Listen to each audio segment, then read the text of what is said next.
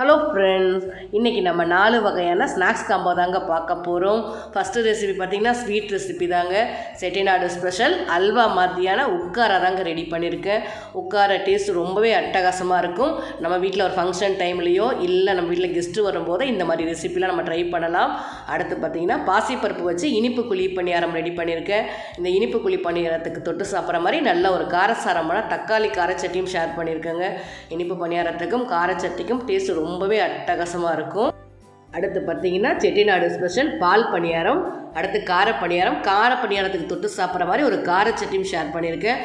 Taste ரொம்பவே சூப்பராக இருக்கும் ஃப்ரெண்ட்ஸ். ரொம்பவே ஈஸியாக இருக்கும், ட்ரை பண்ணி பாருங்கள். அடுத்து பார்த்திங்கன்னா போண்டா சூப் தாங்க ரெடி பண்ண போகிறேன். உளுந்தம்பருப்பு ஊற வச்சு நம்ம உளுந்தம்பருப்பு போண்டா செஞ்சுட்டு பாசிப்பருப்பு வச்சு நம்ம சூப் செய்ய போகிறோம். இந்த பாசிப்பருப்பு சூப்பில் இந்த போண்டாவை ஊற வச்சு சாப்பிடும்போது டேஸ்ட் ரொம்ப ரொம்ப அட்டகாசமாக இருக்கும். இது நம்ம மார்னிங் பிரேக்ஃபாஸ்ட்டுக்கு நம்ம சாப்பிடலாம், ஈவினிங் ஸ்நாக்ஸுக்கு நம்ம அதை ட்ரை பண்ணலாம். என்னோடய ரெசிபிலாம் உங்களுக்கு ரொம்பவே பிடிச்சிருந்தா ஒரு லைக் மட்டும் கொடுங்க. என்னோடய சேனல் உங்களுக்கு பிடிச்சிருந்துச்சுன்னா என்னோட விகாசம்ல சப்ஸ்கிரைப் பண்ணிக்கோங்க. இந்த வீடியோவில் நிறைய டிப்ஸ் அண்ட் ட்ரிக்ஸ் எல்லாம் இருக்குது, வீடியோ ஸ்கிப் பண்ணாமல் பாருங்கள் ஃப்ரெண்ட்ஸ். இப்போ வாங்க நம்ம உட்காரை எப்படி ரெடி பண்ணுறோம் அப்படின்றத வீடியோக்குள்ளே போய் பார்க்கலாம். உட்காரை செய்கிறதுக்கு முதல்ல நம்ம பாசிப்பருப்பு வறுத்துக்கலாம். மெஷரிங் கப்பில் 1 கப் அளவுக்கு பாசிப்பருப்பு எடுத்துக்கிறேன். இது 200 கிராம் அளவுக்கு வரும். அடுப்பில் ஒரு இரும்பு பேன் எடுத்து வச்சுருக்கேங்க. அடுப்பு நல்லா ஹை ஃப்ளேமில் வச்சுட்டு பாசிப்பருப்பு போட்டுக்கிறேன். பாசிப்பருப்பு வாசனை வர வரைக்கும் வறுத்துக்கணுங்க. பாசிப்பருப்பு நம்ம இதில் வறுக்கிறதா நம்ம உட்காரைக்கு நல்ல வாசனையும் டேஸ்ட்டும் கொடுக்கறது நம்ம இந்த பருப்பு வறுக்கிறது தாங்க இருக்குது. ஒரு 2 நிமிஷம் நல்லா ஹை ஃப்ளேமில் பருப்பை வறுத்துட்டு அதுக்கப்புறம் மீடியம் ஃப்ளேம் வச்சுக்கோங்க. எனக்கு இந்த பாசிப்பருப்பு வறுக்கிறதுக்கு கிட்டத்தட்ட 7 நிமிஷம் ஆனது. நல்லா எல்லா பக்கமும் திருப்பி விட்டு வறுத்துக்கோங்க. அப்போ தாங்க பாசிப்பருப்பு எல்லா பக்கமும் ஒரே மாதிரி நிறம் கிடைக்கும் நமக்கு. ஓரளவுக்கு பாதி அளவுக்கு வறுபட்டுருச்சு. திரும்ப இன்னும் கொஞ்சம் நேரம் வறுத்துக்கலாம். இந்த மாதிரி எல்லா பருப்பும் ஒரே நிறமாக வர வரைக்கும் நல்லா வறுத்துக்கலாங்க. இப்போ நமக்கு பருப்பு சூப்பராக ரெடி ஆகிடுச்சு. பாசிப்பருப்பு ஒரே நிறத்தில் வறுத்துட்டோன்னா நமக்கு நல்லாயிருக்கும். குக்கர் டேஸ்ட்டும் ரொம்ப நல்லாயிருக்கும், கலரும் ரொம்பவே நல்லாயிருக்கும். அப்படியே நம்ம குக்கரில் மாற்றிட்டு தண்ணி சேர்த்து ஒரு 3லேருந்து 4 தடவை நல்லா வாஷ் பண்ணி எடுத்துகிட்டு 1 கப் பாசிப்பருப்புக்கு 2.5 கப் அளவு தண்ணி சேர்த்துக்கிறேன். முதல்ல 1 கப் தண்ணி சேர்த்துட்டேன். இது 2வது கப் அளவு தண்ணி. திரும்ப ஒரு 1/2 கப் அளவு தண்ணி சேர்த்துக்கிறேங்க. தண்ணி சேர்த்துட்டு குக்கர் மூடி போட்டுட்டு விசில் போட்டுட்டு சின்ன பர்னரில் வச்சு சின்ன பர்னரில் வச்சு 4 விசில் வேக வச்சு எடுத்துக்கோங்க. அடுத்து நம்ம வெல்லம் அளந்துக்கலாம். எந்த அளவுக்கு அளந்துக்கலாம். மெஷரிங் கப்பில் ஒரு 2.5 கப் அளவுக்கு நான் வெல்லம் அளந்துக்கிறேன். இது கிட்டத்தட்ட 550 கிராம் அளவுக்கு வரும். இந்த வெல்லத்தோட அளவு பார்த்திங்கன்னா உட்காரை ஸ்வீட் ரொம்ப அதிகமாக இருக்காது, நல்லா சாப்பிட்ற அளவுக்கு பக்குவமாக இருக்குங்க, கரெக்டான அளவில் இருக்கும். ஒரு 1/2 கப் அளவு தண்ணி சேர்த்துக்கிறேன். தண்ணி சேர்த்துட்டு வெல்லம் பாகு கொதிக்க வச்சுக்கலாம். பாகு பதம்லாம் தேவையில்லைங்க, வெல்லம் கரைஞ்சாலே போதும் நமக்கு. அடுத்து 150 ml அளவுக்கு நம்ம நெய் சேர்த்துக்கலாம். மெஷரிங் கப்பில் 3/4 கப் அளவுக்கு நெய் எடுத்துக்கிறேன். நெய்யும் மெஷர் பண்ணி எடுத்து வச்சுட்டு அதுக்குள்ளே வெள்ளைப்பாகு பாருங்கள் நல்லா கரைஞ்சிருச்சு. ஓரளவு நல்லா கொதித்ததுக்கப்புறம் மீடியம் ஃப்ளேமில் வச்சு நல்லா ஒரு தடவை கொதிக்க வச்சுட்டு நம்ம வடிகட்டி எடுத்துக்கலாங்க. நமக்கு பதம்லாம் தேவையில்லை, ஒரு 5 நிமிஷம் நல்லா கொதித்தாலே போதும். இப்போ நமக்கு வெள்ளைப்பாகு ரெடி ஆகிடுச்சு. நான் அதை அப்படியே வடிகட்டிட்டு வேறு ஒரு பவுலில் எடுத்து வச்சுக்கிறேன். நம்ம வெல்லம்லாம் கரைச்சி எடுக்கிறதுக்குள்ளே பாசிப்பருப்பு பாருங்கள் இந்தளவுக்கு நல்லா மலர்ந்து வெந்துருச்சு. நல்ல விசில் போனதுக்கப்புறம் ப்ரெஷர் போனதுக்கப்புறம் குக்கர் ஓப்பன் பண்ணிக்கோங்க. ஒரு தடவை கரண்டி வச்சு ஒரு தடவை நல்லா மசிச்சு விட்டுக்கலாம். பருப்பும் நமக்கு ரெடி ஆகிடுச்சு, வெள்ளைப்பாகு ரெடி ஆகிடுச்சு. அடுத்து அளந்து வச்சுருக்கோம் பார்த்திங்களா நெய், அதை எடுத்துக்கலாம். முழுசாக நெய்லேயும் செய்யலாம், இல்லை பாதி அளவுக்கு நெய் சேர்த்துட்டு பாதி அளவுக்கு நம்ம ரீஃபைண்ட் ஆயில் சேர்த்தும் செய்யலாங்க. இதில் பாதி அளவுக்கு நான் நெய் சேர்த்துக்கிறேன். இப்போ ஒரு பேன் எடுத்துகிட்டு பாதி அளவுக்கு நெய் சேர்த்துட்டு மெஷரிங் கப்பில் 1/2 கப் அளவுக்கு ரவா எடுத்துக்கலாம். இது 100 கிராம் அளவுக்கு வரும். நல்லா நெய் சூடு வந்ததுக்கப்புறம் நம்ம ரவா சேர்த்துக்கலாங்க. ரவா சேர்த்து நம்ம கேசரிக்கு வறுப்போம் பார்த்திங்கள்ல, அந்த மாதிரி நல்லா பொரிஞ்சு வரணும். அந்த பக்குவத்துக்கு நல்லா வறுத்து எடுத்துக்கோங்க. தனித்தனியாக தெரியுது பாருங்கள் ரவா நமக்கு. இந்த மாதிரி நல்லா ரவா பொரிஞ்சு வரணும், அந்த பக்குவத்துக்கு நல்லா வறுத்து எடுத்துக்கலாம். கிட்டத்தட்ட இது ஒரு 3 நிமிஷம் ஆகுங்க. இந்த மாதிரி எல்லா பக்கமும் நல்லா பொரியட்டும். ஓரளவுக்கு நிறம் மாற ஆரம்பிக்குது. இப்போ அடுப்பு நல்லா லோ ஃப்ளேமில் வச்சிடலாம். ஓரளவுக்கு நல்லா நிறம் மாறி வரணும். இது வந்து நம்ம பாசிப்பருப்பு உட்காரைக்கு வந்து சின்னதாக ஒரு பைண்டிங் கொடுக்கும், அதுக்காக தான் நம்ம ரவை சேர்த்துக்கிறோம். ஓரளவுக்கு நல்லா நிறம் மாறி லைட்டாக கோல்டன் ப்ரௌன் ஆகிடுச்சுங்க. இப்போ மெஷரிங் கப்பில் அரை கப் அளவுக்கு நல்லா ஃப்ரெஷ்ஷாக துருவின தேங்காய் சேர்த்துக்கோங்க. தேங்காய் சேர்த்துட்டு அடுப்பை மீடியம் ஃப்ளேம்லேயே வச்சு நல்லா வறுத்துக்கோங்க. இனிமேல் ரவா வந்து ரொம்ப நிறம் மாறக்கூடாது. இந்த பக்குவத்தில் கரெக்டான அளவில் வந்திருக்குங்க. ரவையும் தேங்காயும் சேர்க்கும்போது வாசனை சூப்பராக இருக்குது ஃப்ரெண்ட்ஸ். இப்போ நம்ம வறுத்து வச்ச ரவையும் தேங்காயும் சேர்த்து குக்கரில் சேர்த்து வேக வச்சுருக்க பாசிப்பருப்போடு சேர்த்துக்கலாம். சேர்த்துட்டு அடுப்பு ஆன் பண்ணிட்டாங்க. ஆன் பண்ணிவிட்டு இப்போ நான் கலந்துக்கிறேன். ஓரளவுக்கு ரொம்ப திக்காக தாங்க இருக்குது. இன்னும் கொஞ்சம் தண்ணி சேர்த்துக்கலாம் நமக்கு, ஏன்னா ரவை நமக்கு வேகணும்.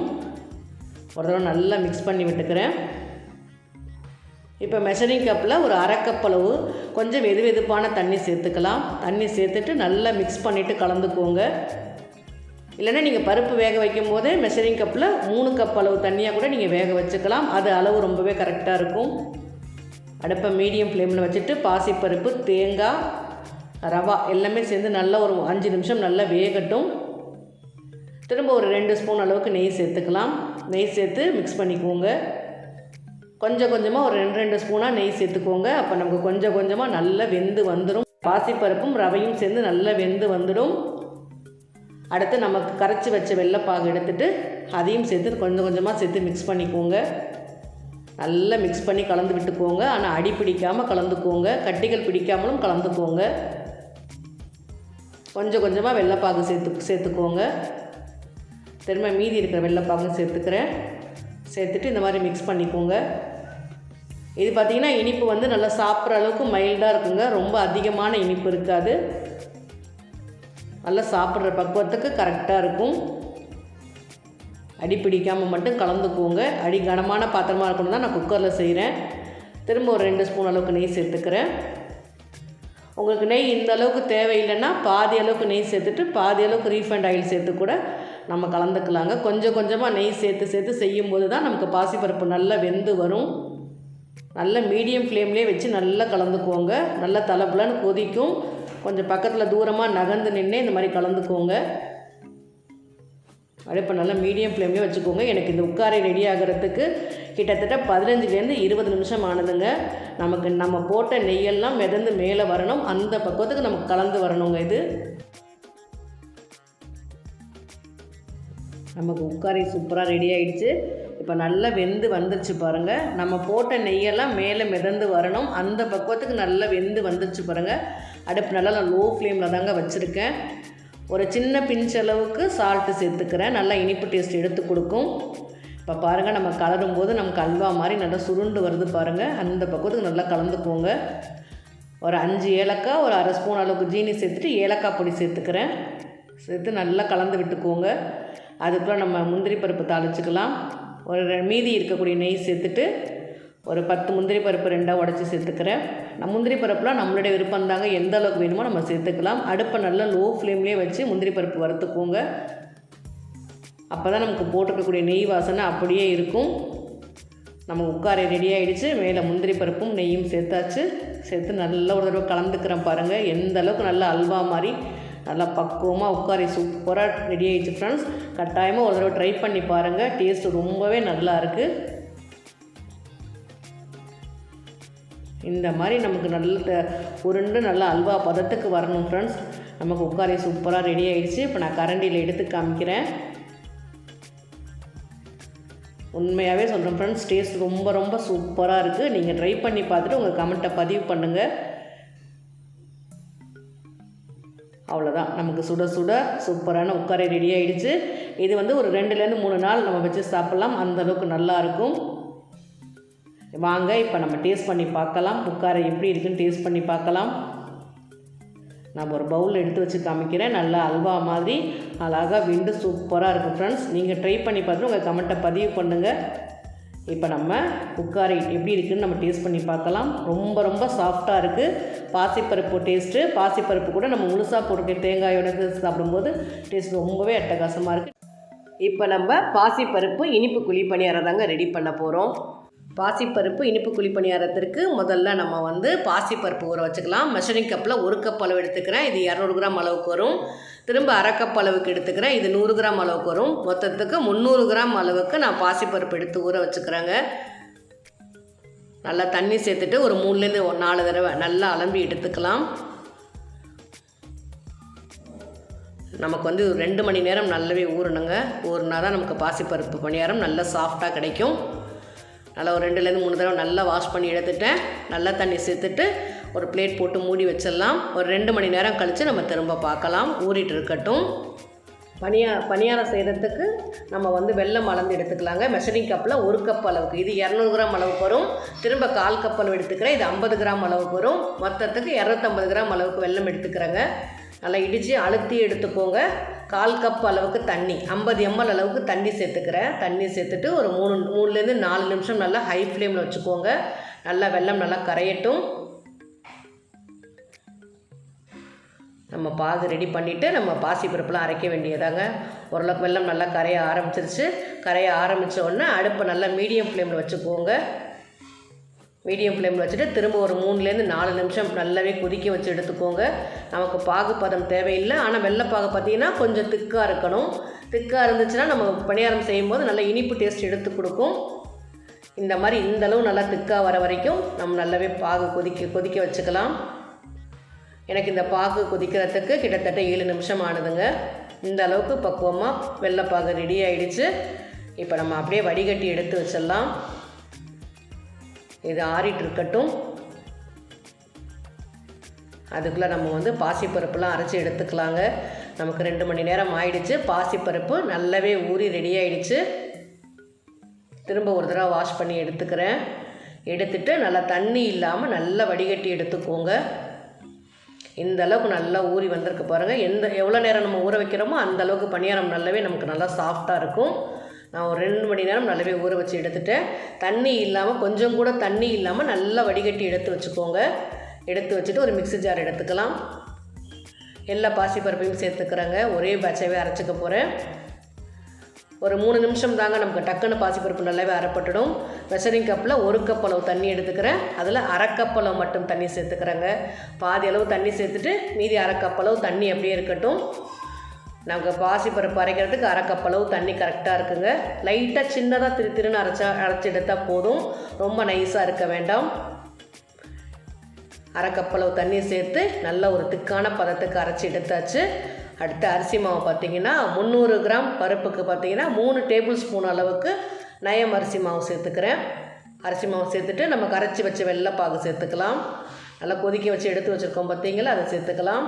பாதி அளவு சேர்த்துட்டு ஒரு தடவை நல்லா மிக்ஸ் பண்ணி பார்த்துக்குவோம்.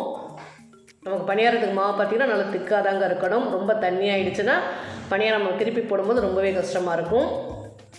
மீதி இருக்கக்கூடிய வெள்ளத்தையும் சேர்த்துக்கலாம்.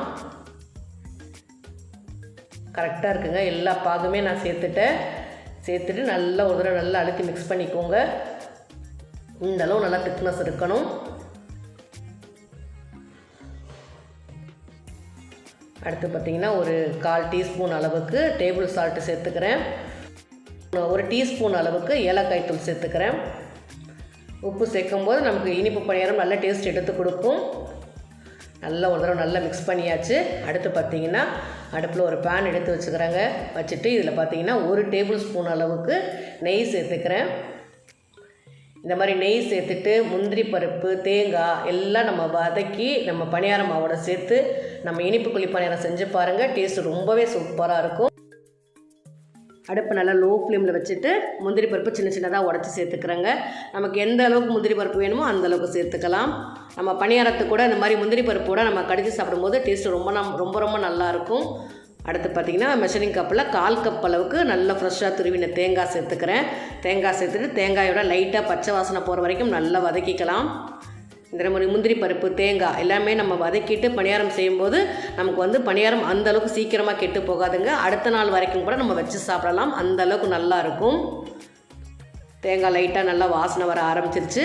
இந்த ஸ்டேஜில் முந்திரி பருப்பும் நல்லாவே வறுபட்டுருச்சு பாருங்கள். இந்த ஸ்டேஜில் நம்ம அப்படியே மாவு கூட தேங்காயும் முந்திரி பருப்பு, நெய் எல்லாமே சேர்த்துட்டோம். அடுத்து ஒரு 2 பிஞ்ச் அளவுக்கு சோடா உப்பு சேர்த்துக்கலாம். ஆப்ப சோடா சேர்த்துக்கோங்க. அப்போ தான் நமக்கு பணியாரம் நல்லா குண்டு குண்டாக உப்பி வரும். அதிகமான அளவு சேர்த்துட்டிங்கன்னா நம்ம பணியாரம் வந்து திருப்பி போட முடியாது, ரொம்பவே கஷ்டமாக இருக்கும். அதனால் ஒரு 2 பிஞ்ச் அளவு மட்டும் சேர்த்துக்கோங்க. சேர்த்து நல்லா ஒரு தடவை மிக்ஸ் பண்ணிவிட்டு ஒரு 10லேருந்து 15 நிமிஷம் நல்லா தட்டு போட்டு மூடி ஊற வச்சிடலாம். அந்த கேப்பில் நம்ம அதுக்கு ஒரு தக்காளி கார சட்னி ரெடி பண்ணிடலாங்க. 1 டேபிள் ஸ்பூன் அளவுக்கு எண்ணெய் சேர்த்துருக்கேன். மெஷரிங் கப்பில் 1 கப் அளவுக்கு சின்ன வெங்காயம் சேர்த்துக்கிறேன். சின்ன வெங்காயம் இல்லைன்னா பெரிய வெங்காயம் கூட சேர்த்துக்கலாம். வெங்காயம் நல்லா பாதி அளவுக்கு நல்லாவே வதங்கட்டுங்க. இந்த சட்னிக்கு பார்த்திங்கன்னா 7லேருந்து 8 மிளகாய் சேர்த்துக்கிறேன். கொஞ்சம் காரமாக தாங்க அரைக்கிறேன். உங்களுக்கு காரம் இன்னும் கொஞ்சம் கம்மியாக வேணும்னா 2 மிளகாய் கம்மி பண்ணிக்கோங்க. நல்லா மிளகாய் சேர்த்து வெங்காயம் சேர்த்து நல்லாவே வதங்கிடுச்சு. பாதி அளவுக்கு நல்லா வதங்கிடுச்சு. அடுத்து பார்த்திங்கன்னா மெஷரிங் கப்பில் 1 கப் அளவுக்கு தக்காளி சேர்த்துக்கலாம். 2 பெரிய தக்காளி நல்லா பழுத்த தக்காளியாக சேர்த்துட்டு நல்லா நீல வாக்கில் கட் பண்ணிவிட்டு அதையும் சேர்த்துக்கோங்க. ஒரு சிம்பிளான சட்னி தாங்க, ஆனால் டேஸ்ட்டு ரொம்ப நல்லாயிருக்கும். இனிப்பு பணியாரத்தோட சட்னி சேர்த்து சாப்பிட்டு பாருங்கள் ஃப்ரெண்ட்ஸ், டேஸ்ட்டு ரொம்ப அட்டகாசமாக இருக்கும். கார பணியாரத்துக்கு இந்த சட்னி நல்லாயிருக்கும், இனிப்பு பணியாரத்துக்கும் ரொம்பவே நல்லாயிருக்கும். இட்லி, தோசை, ஊத்தப்பம் எல்லாத்துக்கும் கூட வச்சு சாப்பிட்றதுக்கு டேஸ்ட் அட்டகாசமாக இருக்கும். ஒரு 1/4 டீஸ்பூன் அளவுக்கு கல் உப்பு சேர்த்துக்கிறேன். தக்காளி நல்லா வதங்கட்டும்.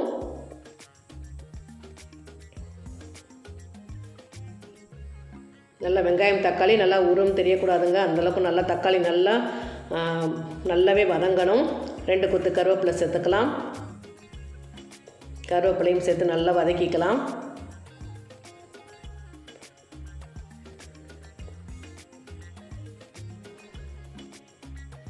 நல்லா பாதி அளவுக்கு நல்லாவே வதங்கிடுச்சுங்க. வதங்கினதுக்கப்புறம் ஒரு 1/4 டீஸ்பூன் அளவுக்கு பெருங்காயத்தூள் சேர்த்துக்கோங்க. நம்ம பாசிப்பருப்புலாம் பணியாரம் சாப்பிட்றோம் பார்த்திங்களா, அதனால் பெருங்காயம்லாம் சேர்த்து நம்ம சட்னி அரைச்சிக்கலாம். உங்களுக்கு பெருங்காயம் பிடிக்கலன்னா நீங்கள் பூண்டு கூட சேர்த்து அரைச்சிக்கோங்க. இந்த மாதிரி வெங்காயம் தக்காளி நல்லாவே வதங்கி நல்லா சூப்பராக ரெடி ஆகிடுச்சு. கொஞ்சம் நேரம் ஒரு 5 நிமிஷம் ஆறினதுக்கப்புறம் சட்னி நம்ம அரைச்சி எடுத்துக்கலாம். பாசிப்பருப்பு பணியாரத்துக்கு மாவு பாருங்கள் நல்லா ஃப்ளஃபியாக உப்பி வந்திருக்கு. ஒரு 15 நிமிஷம் நமக்கு ஊறினாலே போதுங்க. இப்போ பணியாரக்கல் நல்லா அடுப்பில் வச்சு ஹீட் பண்ணிவிட்டேன். நான் எண்ணெயும் நெய்யும் சேர்த்து மிக்ஸ் பண்ணியிருக்கேங்க. வெறும் நெய் மட்டும் சேர்த்தா நமக்கு கொஞ்சம் திகட்டுற மாதிரி இருக்கும். நல்லா பாதி அளவுக்கு நெய் சேர்த்துட்டு பாதி அளவுக்கு ரீஃபைண்ட் ஆயில் சேர்த்துருக்குறேன்.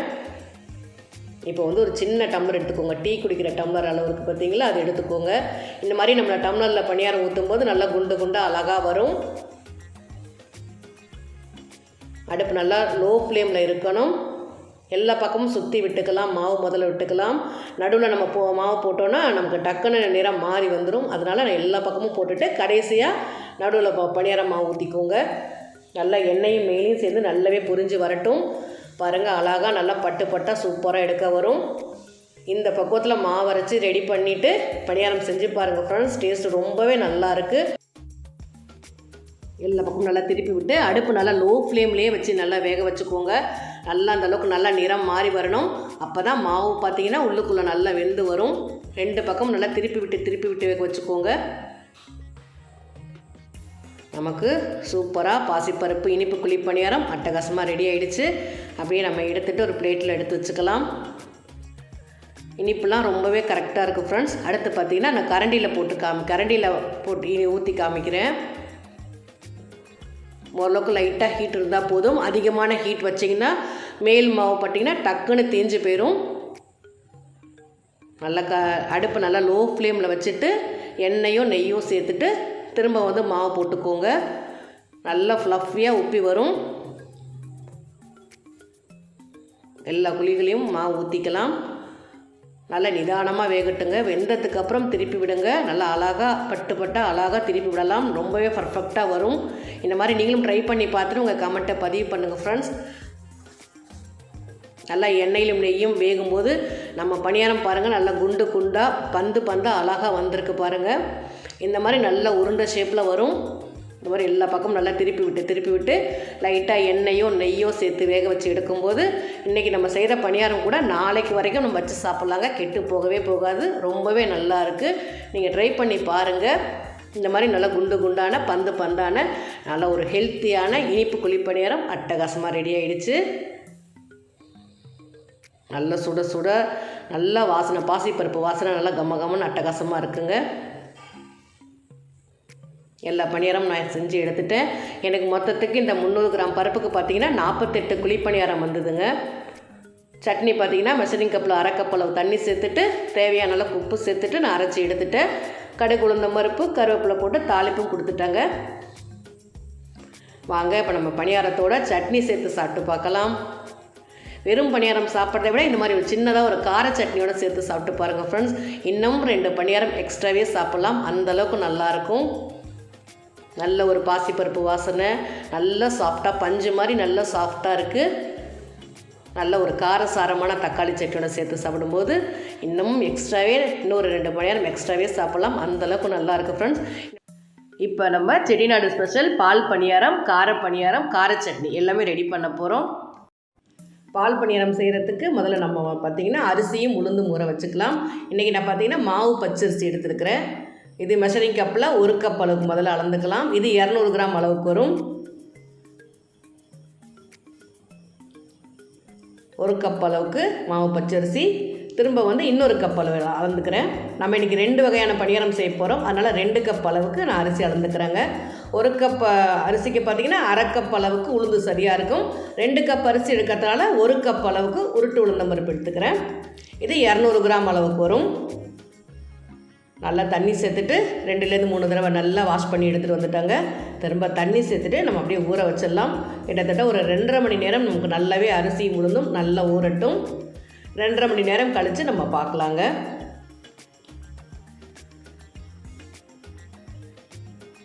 இப்போ பார்த்திங்கன்னா அரிசி உளுந்தும் நல்லாவே ஊறிடுச்சு. இப்போ நம்ம எந்த அளவுக்கு ஊறி இருக்குன்னு காமிக்கிறேன் பாருங்கள்.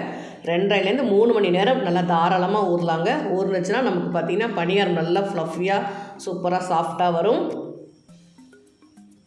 திரும்ப ஒரு தடவை நல்லா வாஷ் பண்ணி கொஞ்சம் கூட தண்ணி இல்லாமல் நல்லா வடிகட்டி எடுத்து வச்சுட்டேன். இப்போ நான் இன்றைக்கி கிரைண்டரில் தாங்க மாவு அரைக்க போகிறேன். கொஞ்சம் கூட தண்ணி இல்லாமல் மாவு அரைச்சிங்கன்னா நான் சொல்லக்கூடிய தண்ணியோட அளவு ரொம்பவே கரெக்டாக இருக்கும். ஃபஸ்ட்டு அரிசியும் உளுந்தும் சேர்த்துக்கலாம். முதல்ல மெஷரிங் கப்பில் 1 கப் அளவு தண்ணி எடுத்துக்கிறேன். கொஞ்சம் கொஞ்சமாக தண்ணி தெளித்து மாவு அரைச்சிக்கோங்க. நல்லா எல்லா பக்கமும் நல்லா தள்ளி விட்டு மாவு அரைச்சிக்கோங்க. மாவு பார்த்திங்கன்னா நமக்கு நல்லா வெண்ணெய் மாதிரி சாஃப்டாக அரைக்கணும். எனக்கு இந்த மாவு அரைக்கிறதுக்கு பார்த்திங்கன்னா 20 நிமிஷம் ஆனதுங்க. 20 நிமிஷம் அரைச்சா தான் நமக்கு அந்த அளவுக்கு நல்லா சாஃப்டாக மாவு கிடைக்கும். எனக்கு இப்போ 1 கப் அளவு தண்ணி சேர்த்து நல்லா மாவு அரைச்சிட்டேன். இந்த அளவுக்கு நல்லா மாவு பார்த்திங்கன்னா கொஞ்சம் திருன்னு இருக்குது. திரும்ப இன்னும் கொஞ்சம் நேரம் மாவு ஓடணும். திரும்ப மெஷரிங் கப்பில் 1 கப் அளவு தண்ணி எடுத்துக்கிறேன். திரும்ப கொஞ்சமாக தண்ணி சேர்த்து மாவு அரைச்சிக்கோங்க. இந்த மாதிரி கொஞ்சம் கூட திரியாக இருக்கக்கூடாதுங்க. அந்தளவுக்கு நல்லா வெண்ணெய் மாதிரி சாஃப்டாக மாவு அரைச்சிக்கணும். நமக்கு மாவு சூப்பராக ரெடி ஆகிடுச்சு. இப்போ நான் அப்படியே ஒரு பவுல் எடுத்து வச்சுக்கிறேன். இந்தளவு திக்னஸ் இருக்கணும். எனக்கு இந்த மாவு அரைக்கிறதுக்கு தண்ணியோட அளவு பார்த்திங்கன்னா 1.25 கப் அளவு தண்ணி எனக்கு கரெக்டாக இருந்ததுங்க. இப்போ மாவு ரெடி ஆகிடுச்சு. இப்போ பாருங்கள் மாவோட பக்குவம் பாருங்கள். இந்த அளவுக்கு நல்லா வெண்ணெய் மாதிரி இருந்துச்சுன்னா நமக்கு பணியாரம் எண்ணெயில் போடும்போது வெடிக்காமல் இருக்கும். நல்லா சாஃப்டாக அரைச்சி எடுத்துக்கோங்க. இந்த மாதிரி உருட்டும் போது நல்லா அழகாக உருண்டை மாதிரி நல்லா உருட்டை வரணும். இந்த பக்குவத்துக்கு மாவு நான் அரைச்சி ரெடி பண்ணி எடுத்து வச்சுட்டேன். இதை நம்ம புளிக்கெல்லாம் வைக்க வேணாங்க, உடனேயே நம்ம பணியாரம் ரெடி பண்ணலாம். இப்போ இனிப்பு பணியாரத்துக்கும் கார பணியாரத்துக்கும் பாதி அளவாக மாவை பிரித்து எடுத்துக்கிறேன். ஒரு பவுலில் பாதி அளவுக்கு மாவு எடுத்துக்கிறேன். இது பால் பணியாரத்துக்கு 1/4 டீஸ்பூன் அளவுக்கு சால்ட்டு சேர்த்துட்டு நல்லா மிக்ஸ் பண்ணிக்கிறேன். அடுத்து பார்த்திங்கன்னா கார பணியாரத்துக்கு 1 டீஸ்பூன் அளவுக்கு டேபிள் சால்ட்டு சேர்த்துக்கிறேன். உப்பு சேர்த்துட்டு நல்லா மிக்ஸ் பண்ணிக்கோங்க. நல்லா எல்லா பக்கமும் நல்லா அடித்து கலந்துக்கோங்க. இந்த மாதிரி நல்லா கலந்து மிக்ஸ் பண்ணி ரெடி பண்ணி எடுத்து வச்சிடலாம். மாவு கார பணியாரத்துக்கு கொஞ்சமாக 1 டேபிள் ஸ்பூன் அளவுக்கு மட்டும் தண்ணி சேர்த்துக்கிறேன். ரொம்ப திக்காக இருக்குது, அதனால் ஒரே 1 டேபிள் ஸ்பூன் அளவுக்கு மட்டும் தண்ணி சேர்த்துட்டு நல்லா மிக்ஸ் பண்ணி எடுத்து வச்சுக்கோங்க. ஒரு 1/4 டீஸ்பூன் அளவுக்கு பெருங்காயத்தூள், கார பணியாரத்துக்கு 1/4 டீஸ்பூன் அளவுக்கு பெருங்காயத்தூள், ஒரு கொத்து கருவேப்பிலை, பச்சை கருவேப்பிலை போட்டுக்கோங்க. தாளிக்க வேணாம், பச்சை கருவேப்பிலை தான் போடணும். இந்த பணியாரத்துக்கு டேஸ்ட்டே பெருங்காயத்தூளும் கருவேப்பிலையும் தாங்க. 1 டீஸ்பூன் அளவுக்கு எண்ணெய் சேர்த்துட்டு 1/2 டீஸ்பூன் அளவுக்கு கடுகு உளுந்த பருப்பு சேர்த்துக்கிறேன். கடுகு நல்லா வெடிச்சிருச்சு. 4 காஞ்ச மிளகாய் எடுத்துக்கிறேங்க. 2-3 கிள்ளி சேர்த்துக்கலாம். மிளகாலாம் நிறம் மாறக்கூடாது. நல்லா இந்த கலர்லேயே நம்ம கடுகு நல்லா வெடிச்சிருச்சு. அப்படியே கார பணியாரத்துக்கு மாவில் சேர்த்துக்கலாம். கடுகு உளுந்த பருப்பு சேர்த்துக்கலாம். சேர்த்துட்டு நல்லா மிக்ஸ் பண்ணிக்கோங்க. நல்ல வாசனையாக இருக்குங்க. நம்ம மசாலா செய்யாமல் செய்வாங்க. இந்த மாதிரி காரப்பணியாரம் ட்ரை பண்ணி பாருங்கள் ஃப்ரெண்ட்ஸ். டேஸ்ட் ரொம்பவே சூப்பராக இருக்கும். மாவு அட்டகாசமாக ரெடி ஆகிடுச்சு. இப்போ நம்ம அதுக்குள்ளே ஒரு காரச்சட்டிலாம் ரெடி பண்ணிக்கலாம். மெஷரிங் கப்பில் 3/4 கப் அளவுக்கு சின்ன வெங்காயம் எடுத்துக்கிறேன். அதை ஒரு சின்ன மிக்ஸி ஜாரில் சேர்த்துக்கிறேன். சின்ன வெங்காயம் சட்னி பார்த்திங்கன்னா டேஸ்ட் ரொம்ப சூப்பராக இருக்கும். அடுத்து ஒரு 3/4 டேபிள் ஸ்பூன் அளவுக்கு தனி மிளகாய் தூள் சேர்த்துக்கலாம். 1/2 டீஸ்பூன் அளவுக்கு கல் உப்பு சேர்த்துக்கிறேன். கொஞ்சம் திருன்னு அரைச்சி எடுத்துக்கோங்க. தண்ணி சேர்க்காமல் இந்த மாதிரி அரைச்சி எடுத்திங்கன்னா இது காரப்பணியாரத்துக்கு, இட்லிக்கு, ஊத்தப்பத்துக்கு, தோசைக்கெல்லாம் வச்சு சாப்பிட்றதுக்கு இந்த சட்னி ரொம்பவே சூப்பராக இருக்கும். இதுக்கு நம்ம ஒரு தாளிப்பு கொடுத்துடலாம். 1 டீஸ்பூன் அளவுக்கு எண்ணெய் சேர்த்துட்டு 1/2 டீஸ்பூன் அளவுக்கு கடுகு உளுந்தம் பருப்பு, கொஞ்சமாக கருவேப்பிலை சேர்த்து நம்ம தாளிச்சிக்கலாம். நல்லா எண்ணெயோட சூடுலையே நமக்கு நல்லா வெந்துருங்க. இந்த சட்னி ட்ரை பண்ணி பாருங்கள் ஃப்ரெண்ட்ஸ். எல்லாருமே அரைக்கிறது தான் டேஸ்ட் ரொம்ப நல்லாயிருக்கும். நல்ல சூடான இட்லி வச்சு இந்த சட்னி வச்சு சாப்பிட்டிங்கன்னா டேஸ்ட் ரொம்பவே சூப்பராக இருக்கும். அதை விட காரப்பணியாரத்துக்கு ட்ரை பண்ணி பாருங்கள். அடுத்து நம்ம பால் பணியாரத்துக்கு முதல்ல வெல்லம் அளந்துக்கலாம். மெஷரிங் கப்பில் 1 கப் அளவுக்கு நல்லா அழுத்தி தாங்க எடுத்துக்கிறேன். 200 கிராம் அளவுக்கு வெல்லம் எடுத்துக்கிறேன். 1/4 கப் அளவு தண்ணி சேர்த்துட்டு நம்ம முதல்ல பாகு ரெடி பண்ணிக்கலாம். நல்லா வெல்லம் நல்லா கரையட்டும். ஒரு 5 நிமிஷம் நல்லா கொதிக்கட்டும். ஓரளவுக்கு மீடியம் ஃப்ளேமில் வச்சு நல்லா கொதிக்க வச்சு எடுத்துக்கோங்க. பாகு பதம்லாம் தேவையில்லைங்க. நம்ம வெல்லம் நம்ம வடிகட்டுறதுக்கு மட்டும் நமக்கு கொதிக்க வச்சா போதும். நல்லா வெல்லம் கட்டிகள் எல்லாம் நல்லா கரைஞ்சி வந்துருச்சு. ஒரு 5 நிமிஷம் கொதிக்க வச்சுட்டு நான் வடிகட்டி எடுத்து வச்சுக்கிறேன். நல்லா 1 கப் அளவுக்கு அழுத்தி தான் எடுத்துருக்கேன். இது 200 கிராம் அளவுக்கு வெல்லம் அளவு வரும். அப்படியே ஒரு பவுலில் வடிகட்டி எடுத்து வச்சுக்கலாம். இது நல்லாவே ஆறணுங்க. ஆறுனதுக்கு அப்புறம் தான் நம்ம தேங்காய் பாலை சேர்க்க போகிறோம்.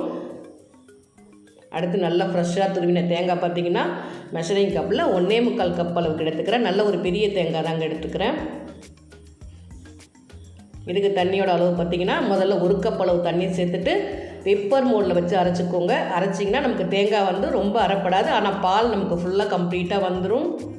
இந்த மாதிரி தேங்காய் சக்கை இருக்கும், ஆனால் பால் பார்த்திங்கன்னா நல்லா கம்ப்ளீட்டாக வந்துடும். பெப்பர் மோடில் விட்டு அரைச்சி எடுத்துக்கோங்க. நான் இப்போ தேங்காய் பாலை நல்லா வடிகட்டி எடுத்துக்கிறேங்க. நல்லா சக்கை மட்டும்தான் இருக்கும், பால் நல்லா கம்ப்ளீட்டாக வந்துடும். நல்லா பிழிஞ்சு எடுத்துக்கோங்க. நல்லா திக்கான தேங்காய் பால் தான் நமக்கு வேணும். திரும்ப மீதி இருக்கல ஒரு 3/4 கப் அளவு தண்ணி சேர்த்துட்டு திரும்ப நல்லா அரைச்சி விப்பர் மூடிலே விட்டு அரைச்சிக்கோங்க. நமக்கு தேங்காய் பால் சூப்பராக ரெடி ஆகிடுச்சு. நல்லா திக்காகவே இருக்கட்டுங்க. நமக்கு தேங்காய் பால் பார்த்திங்கன்னா இந்த பக்குவத்துக்கு சூப்பராக ரெடி ஆகிடுச்சு. தேங்காய் பாலுக்கு நான் ஜீனி சேர்த்துக்கலங்க, வெல்லம் தான் சேர்த்து செய்ய போகிறேன். ஒரு 1/2 டீஸ்பூன் அளவுக்கு ஏலக்காய் தூள் சேர்த்துக்கிறேன். ஏலக்காய் தூள் சேர்த்துட்டு நம்ம கரைச்சி வச்ச வெல்லம் இருக்குது பார்த்திங்களா, அதை நம்ம அதையும் சேர்த்துக்கலாம். கொஞ்சம் கூட சூடு இருக்கக்கூடாது, அந்த மாதிரி சேர்த்துக்கோங்க. நல்லா ஆற வச்சுட்டு அதுக்கப்புறம் தேங்காய் பால் கூட சேர்த்துக்கோங்க. இல்லைன்னா நமக்கு பால் திரிஞ்சு போயிடும். அதனால் நம்ம சூடான பால் சேர்க்கக்கூடாது, சூடான வெள்ளைப்பாகு சேர்க்கக்கூடாது. நல்லா ஆற வச்சு திரும்ப சேர்த்துக்கலாம். அடுத்து பார்த்திங்கன்னா இன்னொரு முக்கியமான பொருள் தாங்க சேர்க்க போகிறேன். தேங்காய் பாலில் பார்த்திங்கன்னா நம்ம பசும்பால் இல்லைன்னா நம்ம காய்ச்சி ஆற வச்ச பாக்கெட் பால் எது வேணால் எடுத்துக்கலாம். இன்றைக்கி நான் பாக்கெட் பால் தான் எடுத்துக்கிறேன். ஓரளவுக்கு நல்லாவே பாலை திக்காக காய்ச்சிட்டு நல்லா ஆற வச்சு எடுத்துருக்கேங்க. இது மெஷரிங் கப்பில் ஒரு 3/4 கப் அளவுக்கு பால் எடுத்துக்கலாம். நம்ம தேங்காய் பாலும் பசும்பால் இல்லை பாக்கெட் பால் கலந்து மிக்ஸ் பண்ணிவிட்டு நீங்கள் தேங்காய் பால் இடியாப்பத்துக்கு, ஆப்பத்துக்கு, இந்த மாதிரி பால் பணியாரத்துக்குலாம் நீங்கள் ரெடி பண்ணிங்கன்னா கடைசி வரைக்கும் நமக்கு தேங்காய் பால் நீர்த்து போகாமல் இருக்கும். டேஸ்ட்டு பார்த்திங்கன்னா ரொம்பவே நல்லாயிருக்கும். ட்ரை பண்ணி பாருங்கள் ஃப்ரெண்ட்ஸ். ட்ரை பண்ணி பார்த்துட்டு உங்கள் கமெண்ட்டை பதிவு பண்ணுங்கள். நம்ம ஏலக்காய்லாம் கொஞ்சம் திரியாக தெரியுது, அதனால் நான் திரும்ப ஒரு தடவை வடிகட்டி எடுத்து வச்சுக்கிறேன். நமக்கு சூப்பரான டேஸ்ட்டில் தேங்காய் பால் அட்டகாசமாக ரெடி ஆகிடுச்சு.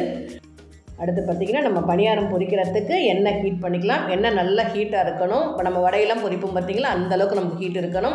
அதுக்கப்புறம் மீடியம் ஹீட்டில் அடுப்பு மீடியம் ஹீட்டில் வச்சுக்கோங்க. வச்சுட்டு மாவு பார்த்திங்கன்னா கை நல்லா தண்ணியில் நனைச்சிக்கோங்க. நனைச்சிட்டு சின்னதாக கிள்ளி போட்டுக்கோங்க. இந்த மாதிரி கிள்ளி போட்டிங்கன்னா சின்ன ரவுண்ட் ஷேப்புக்கு உருண்டை அழகாக வந்துடும். நம்ம எண்ணெயில் போட்டோடனேயே அது மிதந்து மேலே வரணுங்க. மேலே வந்துச்சுன்னா நம்ம மாவு அரைச்சிருக்கக்கூடிய பக்குவம் பார்த்திங்கன்னா ரொம்பவே கரெக்டாக இருக்குதுன்னு அர்த்தம். ஒரு 2 நிமிஷத்தில் நமக்கு பணியாரம் சூப்பராக ரெடி ஆகிடும். அதிக நேரம் நம்ம இது வேகணும்னு அவசியம் கிடையாதுங்க. ரொம்ப வெள்ளையாகவும் இருக்கக்கூடாது, ரொம்ப நிறம் மாதிரியும் இருக்கக்கூடாது.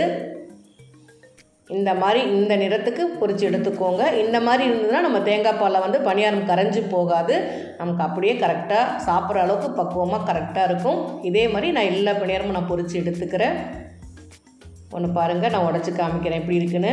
கொஞ்சம் கூட எண்ணெய் குடிக்காதுங்க, நல்லா பர்ஃபெக்டாக வரும். நமக்கு பணியாரம் வெடிக்கும் அப்படின்ற பயமே இருக்காது. இந்த அளவில் இந்த மெஷர்மெண்ட்டில் போட்டு அரைச்சி பாருங்கள் ஃப்ரெண்ட்ஸ். உள்ளே பாருங்கள் எந்த அளவு சாஃப்டாக மாவு நல்லா ரெடியாக இருக்குது, வெந்திருக்கு பாருங்கள். இப்போ ஓரளவுக்கு நல்லா நம்ம சூடாக இருக்கும்போதே நம்ம தேங்காய் பாலில் வந்து பொரித்து வச்ச பணியாரங்களை சேர்த்துக்கலாம். சேர்த்துட்டு ஒரு 20லேருந்து 30 நிமிஷம் உங்களுக்கு நல்லா ஊற வச்சு எடுத்திங்கன்னா நல்ல அட்டகாசமான டேஸ்ட்டில் பால் பணியாரம் சூப்பராக இருக்கும் ஃப்ரெண்ட்ஸ். ட்ரை பண்ணி பாருங்கள், ரொம்பவே டேஸ்ட் நல்லாயிருக்கும். நம்ம இது மார்னிங் பிரேக்ஃபாஸ்ட்டு கூட இந்த பால் பணியாரம் கார பணியாரம்லாம் நம்ம இட்லி பிரேக்ஃபாஸ்ட் கூட நம்ம இதை வைக்கலாம், ரொம்பவே நல்லாயிருக்கும். ஒரு 20லேருந்து 30 நிமிஷம் நமக்கு நல்லா ஊறட்டும். அடுத்து நம்ம கார பணியாரமும் நம்ம பொரித்து எடுத்துக்கலாம். அடுத்து பார்த்திங்கன்னா கார பணியாரம் நம்ம எண்ணெயில் ஊற்றி எடுத்துக்கலாங்க. நல்லா ஒரு தடவை மிக்ஸ் பண்ணிக்கோங்க. மிக்ஸ் பண்ணிவிட்டு ஒரு சின்ன சட்னி கரண்டி எடுத்துகிட்டு நம்ம எண்ணெயில் அப்படியே அப்பம் மாதிரி ஊற்றி எடுத்துக்கோங்க. அப்படியே நம்ம எண்ணெயில் போட்டோன்னா அப்படியே ஃப்ளஃபியாக உப்பி வரும். இந்த மாதிரி சின்ன சின்னதாக நம்ம ஊற்றினாலே நமக்கு பெரிய ஃப்ளஃபியாக நம்ம பணியாரம் சூப்பராக ரெடி ஆகிடும். 2 பக்கம் நல்லா திருப்பி விட்டு வேக வச்சுக்கோங்க. இந்த மாதிரி நீங்கள் கரண்டியில் ஊற்ற வேண்டாம் அப்படின்னு நினச்சிங்கன்னா நம்ம இப்படி கிள்ளி இப்போ ஃபஸ்ட்டில் போட்டோம் பார்த்தீங்களா பால் பணியாரத்துக்கு, அந்த மாதிரி கூட நீங்கள் ரெடி பண்ணிக்கலாம், அதுவும் நல்லாயிருக்கும். இந்த மாதிரி நல்லா கோல்டன் ப்ரௌன் வந்துருச்சுங்க. இப்போ நான் இதை எடுத்துக்கிறேன். நல்லா கொஞ்சம் கூட எண்ணெய் இல்லாமல் எடுத்துக்கோங்க. திரும்ப இன்னும் ஒரு பணியாரம் ஊற்றிக்கிறேன். இது பார்த்திங்கன்னா ஒரு பணியாரமாக தாங்க ஊற்றி எடுக்க முடியும். ஓரளவுக்கு பாதி அளவுக்கு வெந்ததுக்கப்புறம் திருப்பி விட்டுக்கோங்க. திருப்பி விட்டு ஓரளவுக்கு நல்லா நிறம் மாறினோன்னே கொஞ்சம் கூட எண்ணெய் இல்லாமல் நல்லா வடிகட்டி எடுத்து வச்சுக்கோங்க. சின்ன ஒரு பெருங்காய வாசனை, கருவேப்பிள்ளையோட சின்னதாக ஒரு காரத்தோடு சாப்பிட்றதுக்கு ரொம்பவே டேஸ்ட்டு சூப்பராக இருக்கும் ஃப்ரெண்ட்ஸ். அவ்வளோதான், கார பணியாரம் நான் எல்லாமே பொரித்து எடுத்துட்டேங்க. வாங்க இப்போ நம்ம பால் பணியாரமும் கார பணியாரமும் நம்ம சாப்பிடலாம், எப்படி இருக்குதுன்னு பார்க்கலாம். இந்த மாதிரி நல்லா மேலே நல்லா மொறுன்னு இருக்கும், உள்ளே நல்லா சாஃப்டாக இருக்கும். நல்லா ஒரு காரசாரமான கார சட்னி எடுத்து வச்சுக்கிட்டேன். அடுத்து தேங்காய் பாலை ரெடி பண்ண பால் பணியாரமும் சூப்பராக ரெடி ஆகிடுச்சு. இப்போ பாருங்கள் எந்த அளவுக்கு நல்லா சாஃப்டாக ஊறி வந்திருக்கு, கொஞ்சம் கூட உடையாமல் வந்திருக்கு பாருங்கள். இப்போ நான் கட் பண்ணி காமிக்கிறேன் பாருங்கள். இந்த மாதிரி நல்லா ஊறி உடஞ்சி போகாமல் ரொம்ப சாஃப்டாக இருக்கும். கொஞ்சம் கூட எண்ணெய் குடிக்காமல் இருக்குது பாருங்கள். தேங்காய் பாலில் கொஞ்சம் கூட எண்ணெயே இருக்காதுங்க. ட்ரை பண்ணி பாருங்கள். அடுத்து கார பணியாரத்தை உடச்சி காமிக்கிறேன். உள்ளே பாருங்கள் எந்த அளவுக்கு நல்லா வெந்து வந்திருக்கு. நல்லா ஒரு கார சட்னியோடு சேர்த்து சாப்பிடும்போது டேஸ்ட் உண்மையாகவே சொல்கிறேன் ஃப்ரெண்ட்ஸ், டேஸ்ட் அட்டகாசமாக இருக்கும். நீங்களும் ட்ரை பண்ணி பார்த்துட்டு உங்கள் கமெண்ட்டை பதிவு பண்ணுங்கள். என்னோடய ரெசிபி பிடிச்சிருந்துச்சுன்னா மறக்காமல் பிடிச்சிருந்ததுன்னா ஒரு லைக் கொடுங்க. என்னோடய சேனலை சப்ஸ்கிரைப் பண்ணிக்கோங்க. உங்கள் கமெண்ட்டையும் பதிவு பண்ணுங்கள். நீங்களும் ட்ரை பண்ணி பாருங்கள் ஃப்ரெண்ட்ஸ். தேங்க்யூ. இப்போ நம்ம போண்டா சூப் தாங்க ரெடி பண்ண போகிறோம். போண்டா செஞ்சுட்டு சூப் எப்படி ரெடி பண்ணுறோம் அப்படின்றத பார்க்கலாம் வாங்க. போண்டா செய்கிறதுக்கு முதல்ல நம்ம உளுந்தம்பருப்பு ஊற வச்சிடலாங்க. உருட்டு உளுந்தம்பருப்பு மெஷரிங் கப்பில் 1 கப் அளவுக்கு எடுத்துக்கிறேன். இது 200 கிராம் அளவுக்கு வரும். திரும்ப 1/2 கப் அளவுக்கு உளுந்தம்பருப்பு எடுத்துக்கிறேன். மொத்தம் 300 கிராம் அளவுக்கு உளுந்தம்பருப்பு எடுத்துக்கிறேங்க. இது ஒரு 3லேருந்து 4 தடவை நல்லா வாஷ் பண்ணிவிட்டு தண்ணி சேர்த்து நம்ம 1 மணி நேரம் மட்டும் நம்ம ஊற வச்சுக்கலாம். நம்ம அதிக நேரம் ஊற வச்சோன்னா நமக்கு வந்து போண்டா எண்ணெய் குடிக்கும். அதனால் ஒரே 1 மணி நேரம் மட்டும் நம்ம ஊற வச்சுக்கலாம். அப்படியே பிளேட் போட்டு மூடி எடுத்து வச்சிடுறேன். நம்ம சூப் செய்கிறதுக்கு பாசிப்பருப்பு வேக வச்சுக்கலாம். ஒரு குக்கர் எடுத்துக்கிறேங்க. மெஷரிங் கப்பில் 3/4 கப் அளவுக்கு பாசிப்பருப்பு எடுத்துக்கிறேன். இது 150 கிராம் அளவுக்கு வரும். பாசிப்பருப்பு எடுத்துகிட்டு ஒரு 2 தடவை நல்லா வாஷ் பண்ணி எடுத்துகிட்டு வந்துடுறேன். நம்ம இப்போ தண்ணி அளந்துக்கலாங்க. 1 கப் அளவு. அடுத்து 2வது கப் அளவு தண்ணி சேர்த்துக்கிறேன். திரும்ப ஒரு 1/2 கப் அளவு தண்ணி சேர்த்துக்கிறேன். 3/4 கப் அளவு பருப்புக்கு 2.5 கப் அளவு தண்ணி சேர்த்துக்கிறேன். 1/4 டீஸ்பூன் அளவுக்கு மஞ்சள் தூள் சேர்த்துட்டு அடுப்பை மீடியம் ஃப்ளேமில் வச்சுட்டு அது 4லேருந்து 5 விசில் வேக வச்சு எடுத்துக்கிறேங்க. நம்ம விசில் வரட்டும். அதுக்குள்ளே நம்ம சூப்புக்கு தேவையான வெங்காயம் தக்காளிலாம் கட் பண்ணிடலாம். ஒரே ஒரு பெரிய வெங்காயம் எடுத்துக்கலாம். வெங்காயம் பார்த்திங்கன்னா நல்லா பொடியாக கட் பண்ணி எடுத்துக்கோங்க. இந்த மாதிரி சின்ன சின்னதாக கொஞ்சம் குட்டியாக பொடியாக கட் பண்ணி எடுத்துக்கிறேன். அடுத்து ஒரு சின்ன துண்டு இஞ்சி, அதையும் பொடியாக கட் பண்ணி எடுத்துக்கலாம். ஒரு 7லேருந்து 8 பல் பூண்டு அதையும் எடுத்துகிட்டு அதையும் பொடியாக ஃபைனாக கட் பண்ணி எடுத்துக்கோங்க.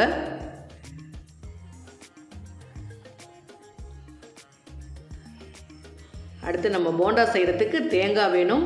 அதனால் தேங்காய் நல்லா கீறிட்டு சின்னதாக பொடி பொடியாக கட் பண்ணி அதையும் எடுத்து வச்சுக்கலாம். போண்டா செய்யும்போது நம்ம தேங்காய் யூஸ் பண்ணிக்கலாம். பச்சை மிளகா ஒரு 4லேருந்து 5 பச்சை மிளகா பொடியாக கட் பண்ணிக்கிறேங்க. அடுத்து நம்ம சூப் செய்கிறதுக்கு தாளிச்சுக்கலாங்க. ஒரு 1½ டேபிள் ஸ்பூன் அளவுக்கு எண்ணெய் சேர்த்துக்கிறேன். கடலெண்ணெய் தான் சேர்த்துக்கிறேன். எண்ணெய் நல்லா சூடு வந்ததுக்கப்புறம் 1/2 டீஸ்பூன் அளவுக்கு கடுகு சேர்த்துக்கிறேன். கடுகு நல்லா வெடிச்சதுக்கப்புறம் 1/2 டீஸ்பூன் அளவுக்கு ஜீரகம் சேர்த்துக்கிறேன். 1 டேபிள் ஸ்பூன் அளவுக்கு பொடியாக கட் பண்ண இஞ்சி சேர்த்துக்கலாம். 1/2 டேபிள் ஸ்பூன் அளவுக்கு பொடியாக கட் பண்ண பூண்டு சேர்த்துக்கலாம். 2 டேபிள் ஸ்பூன் அளவுக்கு பச்சை மிளகா சேர்த்துக்கோங்க. 4 பச்சை மிளகா பொடியாக கட் பண்ணி சேர்த்துக்கிறேன். நல்லா மீடியம் ஃப்ளேம்லேயே வச்சுட்டு இஞ்சி, பச்சை மிளகா, பூண்டு எல்லாமே நல்லா வதக்கிக்கோங்க. பூண்டு இஞ்சியோட ரா ஸ்மெல் வரக்கூடாது, அந்த மாதிரி நல்லா வதக்கிக்கலாம். இந்த அளவுக்கு நல்லா வதங்கி வந்துருச்சு பாருங்கள். அடுத்து பார்த்திங்கன்னா மெஷரிங் கப்பில் 1/2 கப் அளவுக்கு பொடியாக கட் பண்ண வெங்காயம் சேர்த்துக்கிறேன். வெங்காயமும் நல்லா பாதி அளவுக்கு நல்லா வதங்கி வேகணுங்க. இந்த மாதிரி சூப் ட்ரை பண்ணி பாருங்கள் ஃப்ரெண்ட்ஸ். டேஸ்ட்டு ரொம்பவே நல்லாயிருக்கு. மீடியம் ஃப்ளேமில் வச்சிடலாம். அதுக்குள்ளே நம்ம தக்காளி பொடியாக கட் பண்ணி எடுத்துகிட்டு வந்துடலாம். 3 சின்ன தக்காளி எடுத்திருக்கேன். இது மெஷரிங் கப்பில் பார்த்திங்கன்னா 3/4 கப் அளவுக்கு வரும். வெங்காயம் பார்த்திங்கன்னா இந்தளவுக்கு நல்லா வதங்கி வந்துருச்சுங்க. வதங்கினதுக்கப்புறம் நம்ம தக்காளி சேர்த்துக்கலாம். தக்காளியும் நல்லா வதங்கணும். ஒரு 1/4 டீஸ்பூன் அளவுக்கு பெருங்காயத்தூள் சேர்த்துக்கிறேன். 1/4 டீஸ்பூன் அளவுக்கு மஞ்சள் தூள் சேர்த்துக்கிறேன். நல்லா வதக்கிக்குவோங்க. வெங்காயம் தக்காளி நல்லாவே வதங்கணும். இஞ்சி பூண்டெல்லாம் நல்லா வதங்கினோன்னா வாசனை பார்த்திங்கன்னா ரொம்ப சூப்பராக நல்லாயிருக்கு. அடுத்து பார்த்திங்கன்னா ஒரு 1/4 டீஸ்பூன் அளவுக்கு தனி மிளகாய் தூள் சேர்த்துக்கலாம். தனி மிளகாய் தூள் சேர்த்துட்டு அதையும் நல்லா வதக்கிக்கோங்க. அடுத்து நம்ம வேக வச்ச பருப்பு பார்த்திங்கன்னா இந்த அளவுக்கு நல்லாவே வெந்து வந்துருச்சு. இப்போ நம்ம வதக்கின வெங்காயம் தக்காளி கூட சேர்த்துக்கலாம். நல்லா அடுப்பை லோ ஃப்ளேமில் வச்சுட்டு வேக வச்ச பருப்பு சேர்த்துக்கலாங்க. அதே குக்கர்லேயே மீதி அளவு தண்ணி சேர்த்துக்கிறேன். ஒரு 2 கப் அளவு தண்ணி சேர்த்துக்கிறேன். தண்ணி சேர்த்துட்டு அதையும் பாசிப்பருப்போடையும் சேர்த்துக்கலாம். சேர்த்துட்டு நல்லா ஒரு தடவை மிக்ஸ் பண்ணிக்கலாம். மிக்ஸ் பண்ணி பார்த்துட்டு மீதி அளவு தண்ணி சேர்த்துக்கலாம். திரும்ப ஒரு மெஷரிங் கப்பில் 1 கப் அளவு தண்ணி சேர்த்துக்கிறேன். மொத்தம் 3 கப் அளவு தண்ணி சேர்த்துருக்கேங்க. நல்லா தண்ணி சேர்த்துட்டு கொஞ்சம் தண்ணியாக தான் இருக்கணும். நமக்கு கொதிக்க கொதிக்க நல்லா திக்காயிடும். ஒரு 3/4 டேபிள் ஸ்பூன் அளவுக்கு கல் உப்பு சேர்த்துக்கிறேங்க. கல் உப்பு சேர்த்து நல்லா மிக்ஸ் பண்ணி விட்டுக்கோங்க. ஏன்னா நமக்கு பாசிப்பருப்பு அடி பிடிக்கும். அதனால் அடிக்கடி அடிக்கடி ஒரு தடவை நல்லா எடுத்து விட்டு நல்லா கலந்துக்கோங்க. இந்த மாதிரி ஒரு 5லேருந்து 7 நிமிஷம் நல்லா கொதிக்கட்டும். நல்லா கொதிச்சதுக்கப்புறம் அடுப்பை நல்லா லோ ஃப்ளேமில் வச்சுட்டு நல்லா ஃப்ரெஷ்ஷாக திரும்பின தேங்காய் பார்த்திங்கன்னா 3 டேபிள் ஸ்பூன் அளவு சேர்த்துக்கலாம். தேங்காய் சேர்த்து நல்லா மிக்ஸ் பண்ணியாச்சுங்க. மிக்ஸ் பண்ணிவிட்டு இந்த மாதிரி கன்சிஸ்டன்சியில் இருக்குது. நல்லா ஒரு தண்ணியான பதத்தில் தாங்க இருக்கணும். ஒரு 1/4 டீஸ்பூன் அளவுக்கு மிளகுத்தூள் சேர்த்துக்கிறேன். ஒரு எலுமிச்சம்பழம் முழு பழமாக பிழிஞ்சிக்கலாம். ஒரு 1/2 மூடி பிழிஞ்சிருக்கேன். ஒரு கொஞ்சமாக கொத்தமல்லி தூவியாச்சு. டேஸ்ட்டு பார்த்துட்டு திரும்ப ஒரு 1/2 மூடி பழம் பிழிஞ்சிக்கலாம். இதுக்கு பார்த்திங்கன்னா மீடியம் சைஸ் எலுமிச்சம்பழம், ஒரு எலுமிச்சம்பழம் ஃபுல்லாகவே பிழிஞ்சுக்குவோங்க. நல்ல ஒரு சின்ன லைட்டான ஒரு புளிப்பு டேஸ்ட்டோட சின்னதாக தேங்காயோடு சாப்பிட்றதுக்கு ரொம்பவே டேஸ்ட்டு சூப்பராக இருக்கும். நமக்கு போண்டா சூப் சூப்பராக ரெடி ஆகிடுச்சு. அடுப்பை நம்ம ஆஃப் பண்ணிடலாம். 1 மணி நேரம் ஆயிடுச்சுங்க. நம்ம இப்போ உளுந்தம்பருப்பு எப்படி ஊறியிருக்குன்னு பார்க்கலாம். நல்லா கரெக்டான பக்குவத்தில் நல்லா ஊறியிருக்கு. இப்போ திரும்ப ஒரு தடவை நல்லா வாஷ் பண்ணிவிட்டு கொஞ்சம் கூட தண்ணி இல்லாமல் நல்லா வடிகட்டி எடுத்துகிட்டு வந்துடுறேன். கொஞ்சம் கூட தண்ணி இல்லாமல் மாவு அரைச்சிங்கன்னா நான் சொல்லக்கூடிய தண்ணியோட அளவு ரொம்பவே கரெக்டாக இருக்கும். நான் இன்றைக்கி கிரைண்டரில் தாங்க போண்டாக்கு மாவு அரைக்க போகிறேன். நல்லா தேவைன்னா மிக்சியில் கூட அரைச்சிக்கலாம். நம்ம கிரைண்டரில் அரைக்கும் போது மாவோட அளவும் அதிகமாக இருக்கும், நல்லா ஃப்ளஃபியாகவும் வரும். அதனால் நான் கிரைண்டர்லேயே நான் மாவு அரைச்சிக்கிறேன். மெஷரிங் கப்பில் 1 கப் அளவு தண்ணி எடுத்துருக்கிறேன். கொஞ்சம் கொஞ்சமாக தண்ணி சேர்த்து மாவு அரைச்சிக்கோங்க. நமக்கு மாவோட பக்கம் பார்த்திங்கன்னா நமக்கு நல்லா திக்காக தான் இருக்கணும். அதனால் கொஞ்சம் கொஞ்சமாக தண்ணி தெளித்து எல்லா பக்கமும் நல்லா தள்ளி விட்டு அரைச்சிக்கோங்க. எனக்கு இந்த போண்டாக்கு மாவு அரைக்கிறதுக்கு பார்த்திங்கன்னா கரெக்டாக 15 நிமிஷம் ஆனதுங்க. 1 டீஸ்பூன் அளவுக்கு கல்லுப்பு சேர்த்துக்கிறேன். நம்ம தண்ணி தெளிக்கிறது போல இந்த மாதிரி கல்லுப்பு சேர்த்து கூட நீங்கள் நம்ம மாவு அரைச்சிக்கலாம். எனக்கு இந்த மாவு அரைக்கிறதுக்கு மெஷரிங் கப்பில் ஒரு 3/4 கப் அளவு தண்ணி எனக்கு கரெக்டாக தேவைப்பட்டதுங்க. மாவு நல்லாவே ஓடிடுச்சு. இப்போ நம்ம மாவு எடுத்து பார்க்கலாம். இந்த மாதிரி கையில் தண்ணி நல்லா நனைச்சிக்கோங்க. நனைச்சிட்டு இந்த மாதிரி உருட்டி பார்த்திங்கன்னா அந்த பக்குவத்துக்கு கரெக்டாக போண்டா பக்குவத்துக்கு வரும். நமக்கு மாவு சூப்பராக ரெடி ஆகிடுச்சு. இந்த மாதிரி நல்லா திக்காக தாங்க இருக்கணும். இப்போ நான் மாவை எடுத்துடுறேன். மீதி தண்ணி பார்த்திங்கன்னா எனக்கு இந்த அளவுக்கு இருக்குது. மாவுக்கு தேவையான அளவுக்கு தேங்காய்லாம் சேர்த்துக்கலாம். 2 டேபிள் ஸ்பூன் அளவுக்கு பொடியாக கட் பண்ண தேங்காய், ஒரு 1/4 டீஸ்பூன் அளவுக்கு பெருங்காயம், 1/2 டீஸ்பூன் அளவுக்கு மிளகு, 1/4 டீஸ்பூன் அளவுக்கு ஜீரகம் சேர்த்துக்கலாம். சேர்த்துட்டு கை நல்லா தண்ணியில் நனைச்சிட்டு ஒரு 3லேருந்து 4 நிமிஷம் நல்லா பீட் பண்ணிக்கோங்க. நம்ம எந்த அளவுக்கு பீட் பண்ணுறோமோ அந்த அளவுக்கு போண்டா பார்த்திங்கன்னா நல்லா ஃப்ளஃபியாக வரும். ஒரு 3லேருந்து 4 நிமிஷம் நல்லா அழுத்தி, இட்லி மாவு கரைச்சி வைப்போம் பார்த்திங்களா, அந்த மாதிரி நல்லா அழுத்தி கலந்துக்கோங்க. இந்த மாதிரி கலந்தோன்னா நமக்கு போண்டா பார்த்திங்கன்னா உள்ளே நல்லா ஃப்ளஃபியாக வரும். அடுத்து நம்ம எண்ணெய் வச்சுக்கலாம். ஒரு பேனில் எண்ணெய் வச்சுக்கிறேன். எண்ணெய் நல்லா ஹீட் ஆகட்டுங்க. எண்ணெய் ஓரளவுக்கு நல்லா ஹீட் ஆகிடுச்சு. இப்போ நம்ம கையை தண்ணியில் நனைச்சிட்டு இப்போ அப்படியே சின்னதாக போண்டாவாக நம்ம போட்டுக்கலாம். எண்ணெயோட ஹீட் வந்து ரொம்ப அதிகமாக இருக்கணும்னு அவசியம் இல்லைங்க. ஓரளவுக்கு ஹீட் ஆனதுக்கப்புறம் அடுப்பை மீடியம் ஃப்ளேமில் வச்சுட்டு இந்த மாதிரி கையில் தண்ணியை நனைச்சிட்டு இந்த மாதிரி உருண்டைகளாக உருட்டிட்டு எண்ணெயில் போட்டுக்கோங்க. உங்களுக்கு எந்த சைஸ் தேவையோ அதுக்கு தகுந்த மாதிரி நீங்கள் உருட்டி போட்டுக்கோங்க. நான் வந்து இன்றைக்கி கொஞ்சம் பெரிய சைஸாக தாங்க போட்டிருக்கேன். லைட்டாக ஓரளவுக்கு வெந்ததுக்கப்புறம் திருப்பி விட்டுக்கலாம். தன்னாலே போண்டா அழகாக திரும்பி வந்துடும். இப்போ அடுப்பை வந்து ஹை ஃப்ளேமில் வச்சுருக்கேன். வச்சுட்டு இந்த மாதிரி ரொட்டேட் பண்ணி நம்ம வேக வச்சு எடுத்துக்கலாம். இந்த மாதிரி நல்லா நிறம் மாறி வரணும். போண்டா நமக்கு ஓரளவுக்கு நல்லா கோல்டன் ப்ரௌன் வரணும். நம்ம இந்த போண்டா பொரிக்கிறதுக்கு ஒரு 4லேருந்து 5 நிமிஷம் ஆகும். நமக்கு இது வேகிறதுக்கு 4லேருந்து 5 நிமிஷம் ஆகும். அப்போ தான் உள்ளே இருக்கக்கூடிய மாவு நமக்கு நல்லா வெந்து வரும். கொஞ்சம் கூட எண்ணெய் இருக்காது. எண்ணெய் இல்லாமல் நல்லா வடிகட்டி எடுத்து வச்சுட்டேன். இந்த மாதிரி நீங்கள் போண்டா போட்டுட்டு லைட்டாக வெந்தோடனே திருப்பி விட்டாலே நமக்கு போண்டா அழகாக உருண்டை ஷேப்புக்கு நல்லா வந்துடும். நான் மீதி இருக்கிற எல்லா மாவையும் நான் போண்டா பொரித்து எடுத்துக்கிறேன். போண்டா எல்லாமே ரெடி ஆகிடுச்சுங்க. இப்போ நம்ம சாப்பிட்டு பார்க்கலாம். போண்டாலாம் எடுத்து வச்சுட்டேன். கொஞ்சம் கூட எண்ணெய் குடிக்கல. மேலே பார்த்தீங்கன்னா நல்லா மொறுமொறுன்னு இருக்குது. உள்ளே ரொம்பவே நல்லா சாஃப்டாக வந்திருக்கு பாருங்கள். இப்போ நம்ம போண்டா சூப் சாப்பிட ரெடி ஆகியாச்சு. நல்ல ஒரு பிளேட் எடுத்துக்கலாங்க. எடுத்துகிட்டு ஒரு 3 போண்டா எடுத்து வச்சுக்கிறேன். இந்த மாதிரி சூப் பார்த்திங்கன்னா ஒரு 3 கரண்டி தாராளமாக போட்டுக்கோங்க. நல்லா தாராளமாக போட்டு சாப்பிட்டா தாங்க நல்லாயிருக்கும். நல்லா சுட சுட சூப் போட்டாச்சு. இப்போ முதல்ல சூப் மட்டும் டேஸ்ட் பண்ணி பார்க்கலாம். சின்னதாக ஒரு தேங்காய் டேஸ்ட்டோட, சின்ன ஒரு புளிப்பு டேஸ்ட்டோட அட்டகாசமாக இருக்குது ஃப்ரெண்ட்ஸ். நம்ம போண்டா கட் பண்ணிக்கலாம். போண்டா ஒரு நிமிஷம் மட்டும் லைட்டாக ஊற வச்சுட்டு நீங்கள் சூப்போடு சேர்த்து சாப்பிட்டு பாருங்கள். போண்டாக்குள்ளே இருக்கக்கூடிய சின்ன தேங்காயோட சேர்த்து மென்று சாப்பிடும்போது டேஸ்ட்டு உண்மையாகவே சொல்கிறேன் ஃப்ரெண்ட்ஸ், ரொம்ப ரொம்ப நல்லாயிருக்கு. என்னோடய ரெசிபி பிடிச்சிச்சுன்னா மறக்காமல் ஒரு லைக் மட்டும் கொடுங்க. உங்கள் கமெண்ட்டையும் பதிவு பண்ணுங்கள். மறக்காமல் என்னோடய விகாஸ் சமையலை சப்ஸ்கிரைப் பண்ணிக்கோங்க. தேங்க்யூ.